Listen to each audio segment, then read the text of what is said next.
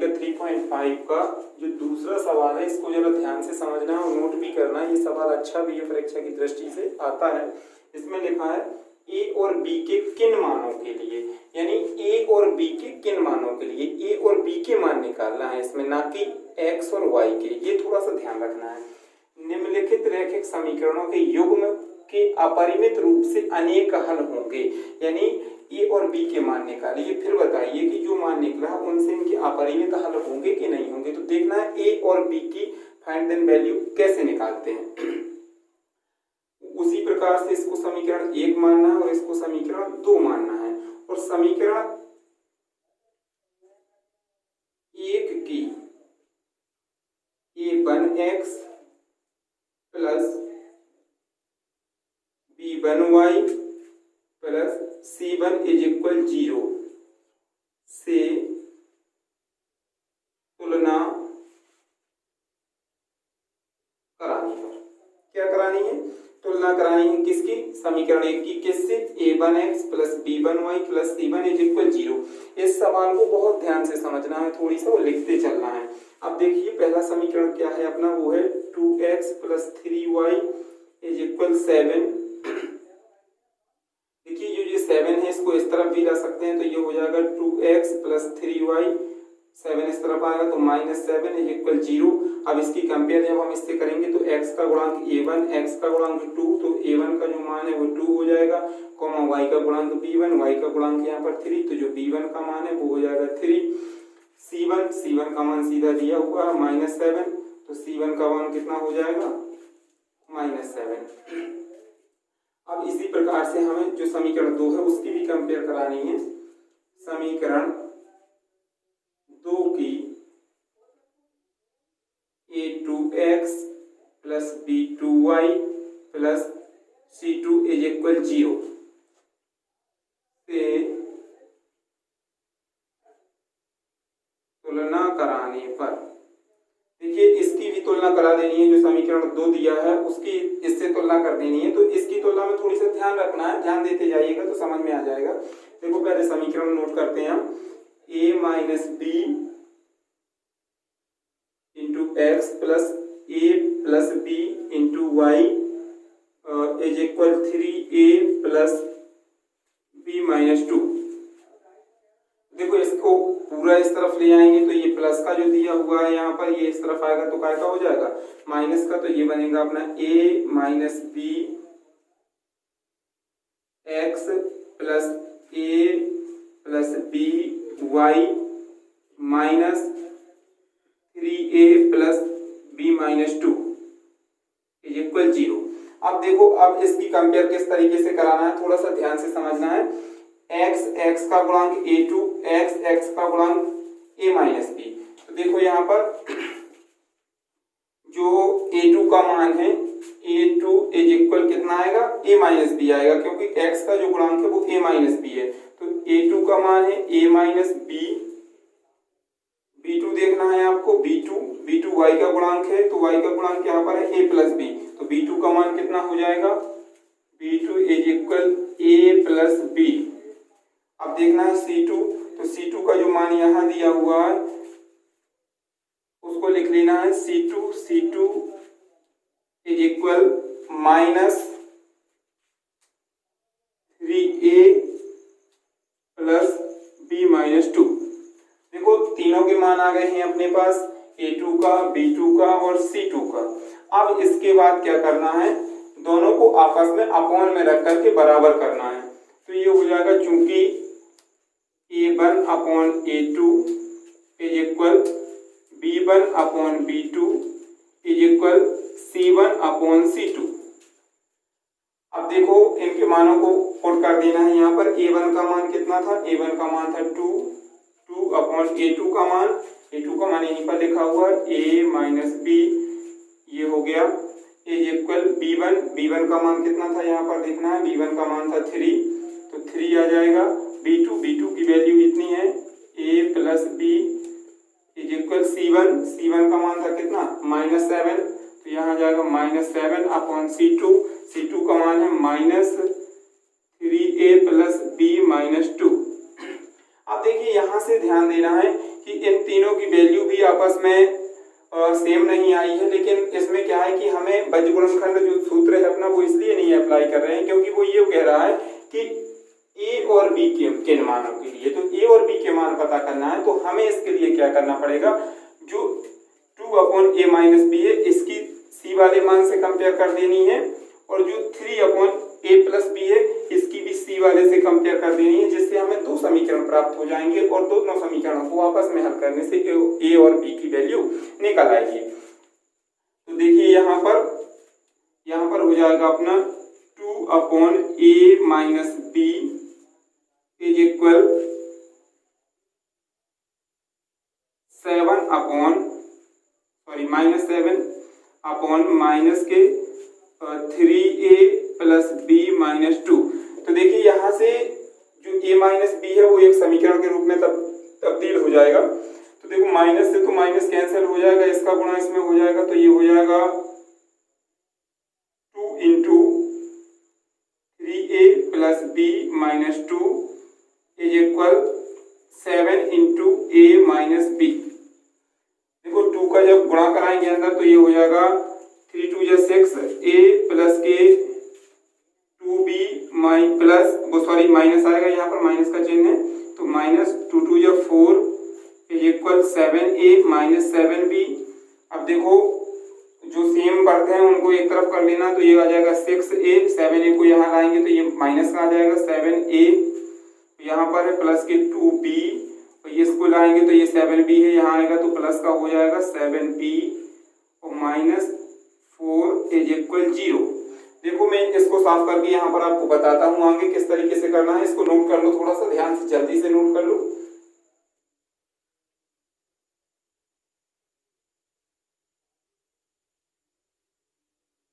देखो यहाँ पर किस तरीके से समझना है इसको। ये है अपना 6a - 7a + 2b - 4 is equal 0। अब देखो 6a - 7a, तो इस 7a में से 6 ले जाएगा तो माइनस के a, और ये है 2b। एक पद हम मिस्टेक कर गए हैं, देखो यहाँ पर 7b छोड़ गए हैं, तो वो मैं यहाँ लिख लेता हूँ। ये आ जाएगा अपना +7b और -4 इज इक्वल 0। तो जो 7b है वो अपना प्लस का है, 2b भी प्लस का है, तो 7 × 9 हो जाएगा 9b, और माइनस जो है 4 इज इक्वल 0 हो जाएगा। इसके बाद देखिए -a + 9b इज इक्वल +4। ये आ गया है अपना समीकरण, और थर्ड मान लेना है इसको। 2 अपन मान चुके हैं तो इसको कितना मान लिया है, थर्ड मान लिया है। अब क्या करना है, अब जैसे ही इसकी कंपेयर इस पे कराई थी ठीक उसी तरह से इसकी b वाले मान की भी कंपेयर c से करा देनी है। तो देखिए b वाला मान जो क्या है अपना वो दिया हुआ है, b वाला मान वो है 3/a+b is equal -7/-3a + b-2।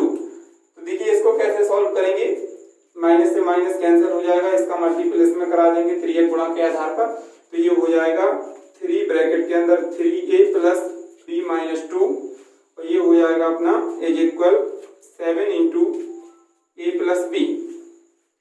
देखो 3 3 9a और इंटू 3b गुणा हो रहा है अंदर, और ये हो जाएगा माइनस के 3 2 = 6 इज इक्वल 7a + 7b। अब देखो ये जो सेम पद है उनको एक तरफ लाना है।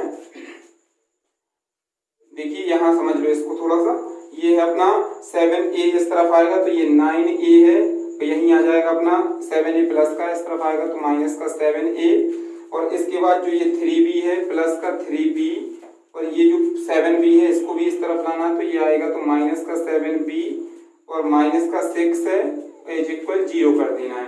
अब देखो इसको सॉल्व करते हैं, 9a और 7a, तो यहाँ क्या बचेगा 2a, 9a प्लस का है, प्लस की वैल्यू ज्यादा है तो घट जाएगा। यहाँ पर 3b 7b, तो माइनस की वैल्यू ज्यादा है तो माइनस की वैल्यू अंत में बचेगी, तो 7b में से 3b जाएंगे तो ये बचेगा 4b -6 इज इक्वल 0। इसके बाद 2a और ये 4b इज इक्वल, ये 6 से इस तरफ आ जाएगा तो ये हो जाएगा +6। ये आ गया है अपना इक्वेशन 4। इक्वेशन 4। अब देखो इक्वेशन 4 और इक्वेशन 3 से किस प्रकार से ए और बी का मान निकालते हैं, इसको यहाँ पर हम क्लीन कर रहे हैं।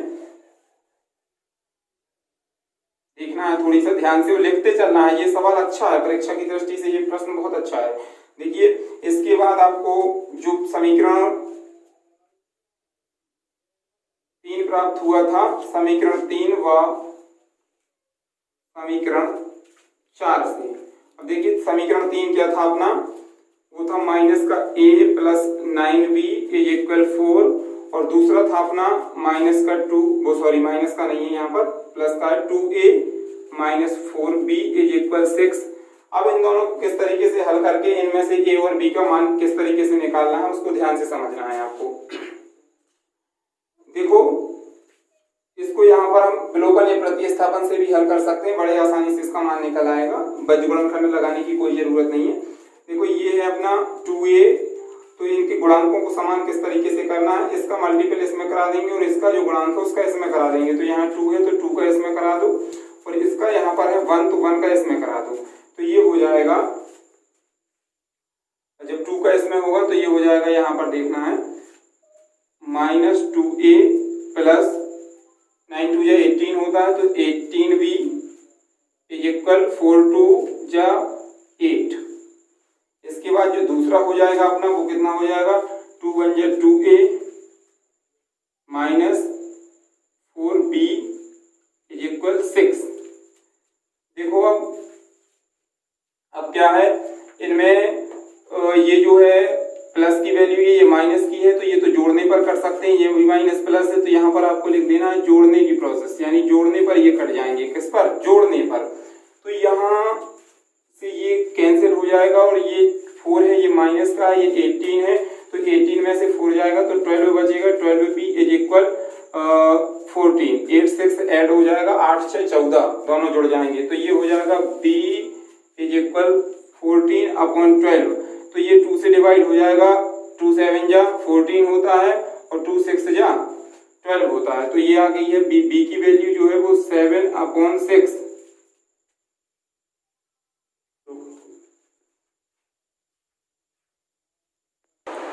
देखो अब यहाँ पर जोड़ने पर हमने कर दिया, तो ये दोनों कैंसिल हो गए हैं। इसके बाद क्या करना है, 18 में से माइनस 4 जाएगा तो कितना बचेगा, माइनस वो सॉरी प्लस का है, प्लस की वैल्यू ज्यादा है तो प्लस का बचेगा यहाँ पर 14 इज इक्वल वो 14b हो जाएगा इज इक्वल 8 6 14 हो जाएगा, तो ये हो जाएगा b अपॉन 14 अपॉन 14।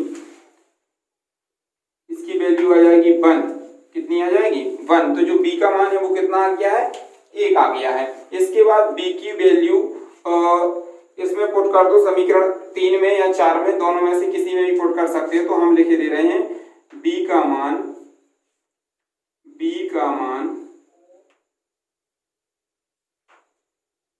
समीकरण 3 में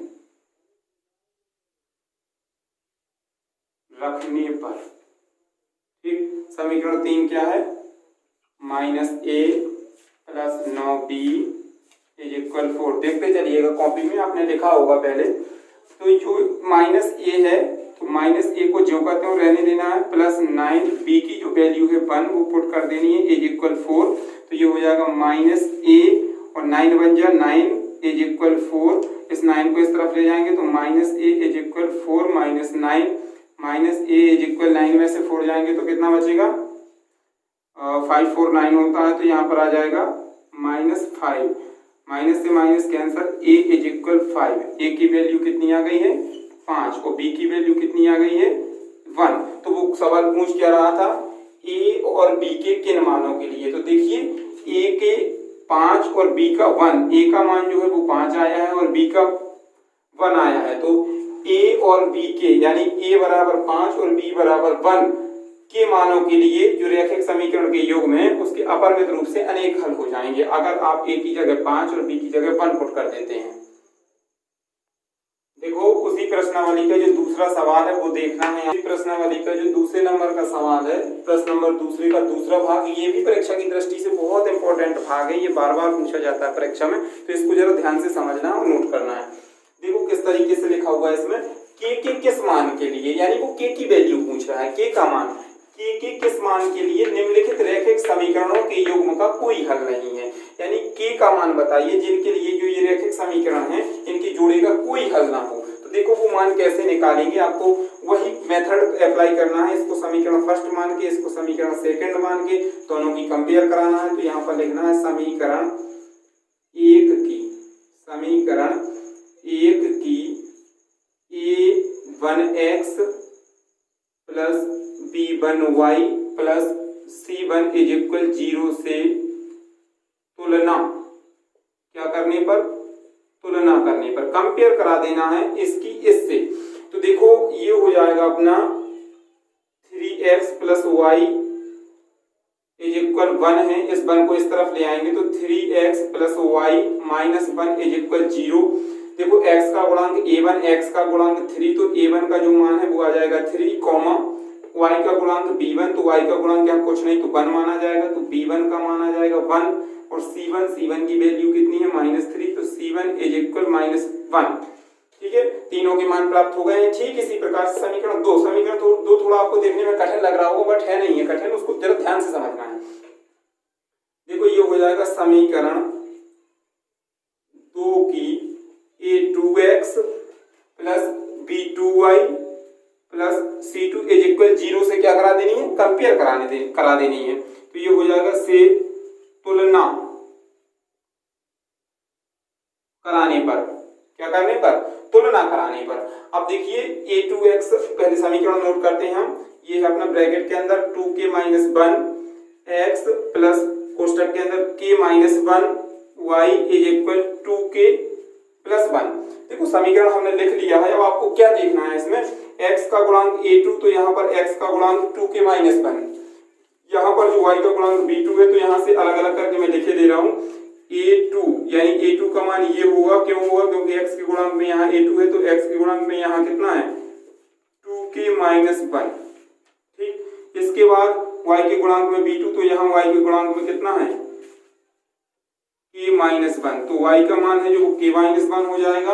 और इसके बाद जो ये 2k प्लस 1 है, इसको हम इस तरफ भी ला सकते थे, मैंने लाया नहीं है, तो ये c का मान हो जाएगा। जब इस तरफ आएगा तो ये काय में हो जाएगा, माइनस में हो जाएगा। देखिए मैं यहाँ पर आपको निकाल के बता दे रहा हूँ। इसको आप कर सकते हैं 2k माइनस 1 और x प्लस k माइनस 1, इसको इस तरफ लाएंगे तो ये हो जाएगा माइनस के 2k प्लस 1।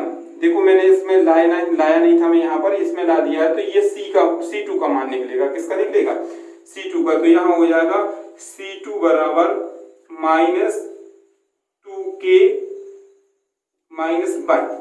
अब अपने पास समस्त मान आ चुके हैं। चूंकि आपको अब क्या करना है, ये हो जाएगा चूंकि a1 upon a2 is equal b1 upon b2 is equal c1 upon c2।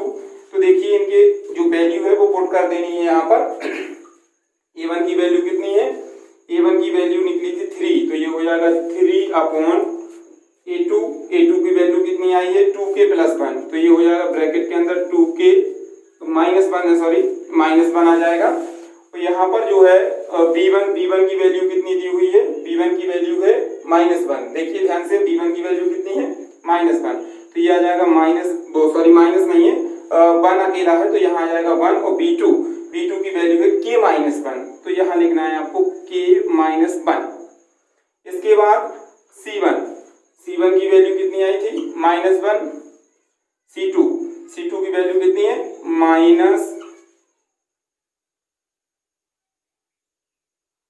-2k1 minus, देखो 2k -1 आ जाएगी यहाँ पर c2 की जो वैल्यू है। अब इसके बाद यहाँ क्या ध्यान से देना है, अभी तक हमने पहले समीकरण की a के मान वाले की इससे कंपेयर कराई थी और b के मान वाले की, लेकिन अब वो यहाँ क्या कह रहा है कि निम्नलिखित समीकरणों के युग्म का कोई हल नहीं है। यानी कि k का ऐसा मान निकालना है जिसका उस समीकरण के जोड़े के लिए कोई हल ना हो। इसलिए इसकी हमें a की b से कंपेयर करके k का मान निकाल देना है। जो अपना ये मान आया है a वाले पद का, वो आया है 3 अपॉन 2k माइनस 1। इसकी कंपेयर करानी है b वाले मान से 1 अपॉन के -1 वाले से। क्यों करानी है? क्योंकि वो ये पूछ रहा है कि ऐसा जोड़ा निकालना है समीकरणों के युग्म का जिसका कोई हल ना हो। तो देखिए कैसे निकलेगा ये, जब हम इसकी कंपेयर कराएंगे तो ये तिर्यक गुणा होगा तो ये हो जाएगा अपना 3k